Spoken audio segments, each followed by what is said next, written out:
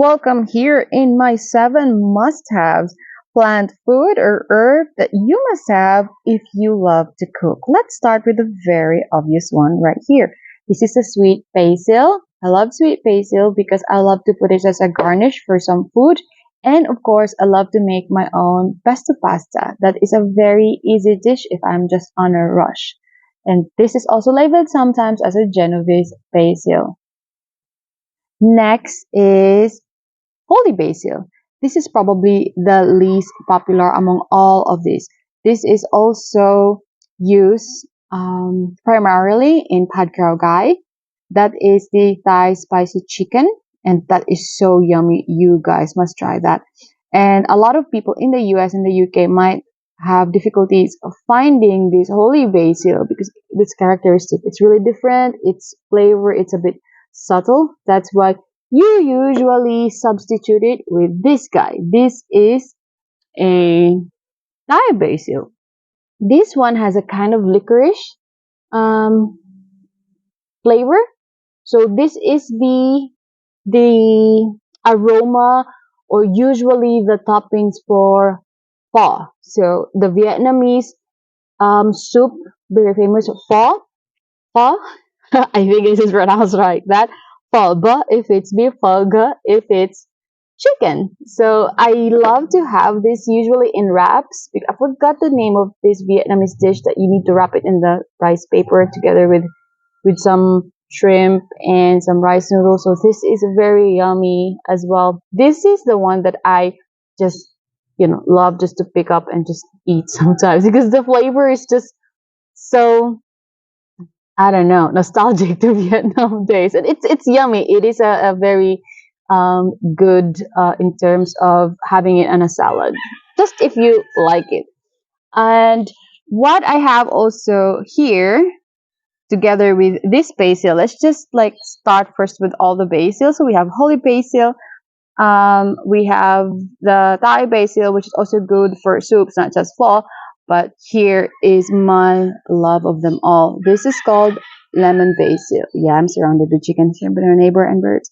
So the lemon basil is a very underrated basil. I think you can use this in any kind of soup. If you are in the Philippines, this is the missing piece for those grandmas that was cooking before all this fast-paced cooking. The utan laoy, utan bisaya, a specialty which is very rich in nutrition. This kind of soup mixed with moringa, with taro, with squash. This is the basil that provides flavor. And if you are roasting, and if you have not tried putting lemongrass basil on your roasted chicken or roasted beef, you are missing a lot. So this is very aromatic, and I think I made a video already out of this. This tastes like and smells like the Halls candy. If you remember that Halls candy, it is exactly like Halls, the yellow one. So this is lemon basil, smells like Halls, and smells like lemongrass in basil form. So I love this. This is a very heat tolerant and they grow super fast. Next, you can see it right there, very clear. Where's my steak lovers right here? Raise your hand. For my steak loving people here, you know that this is a rosemary. I love to make my own marinade, aside, of course, that I primarily use this for the steak. And there are things that I would love to do or to make some aroma and has something in the house that I cannot mention, but it really requires a good amount of rosemary. So the rosemary is the number one herb that I am propagating here in my garden. So I have lots and lots of rosemary here, both planted in containers and in the pot. So this is just one of my recent propagations, so it's easy to carry around.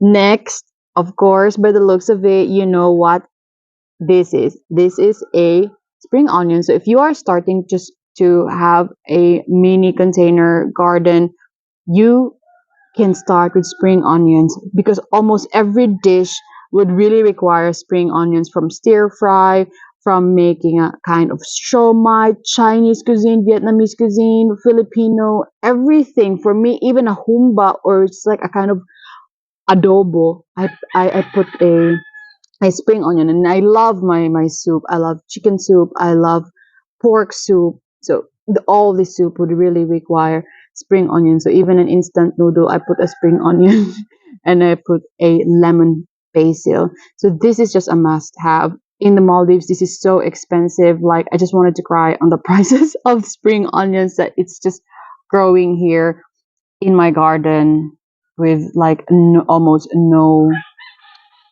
effort. So this is present in everywhere in almost every corner of my garden cottage. The other one is the lemongrass.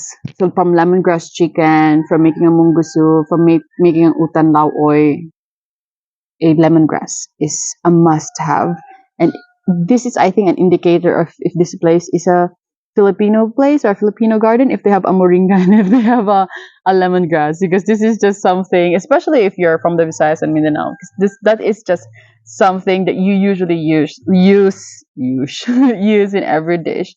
So for you, what is your must-have plant food or a leafy ingredient in your cooking? So let me know. By the way, I still have here oregano and bay leaf, which is Laurus nobilis, and many other herbs. But this is for me your must have if you love to cook and if you wanted to grow something that can be used in your kitchen.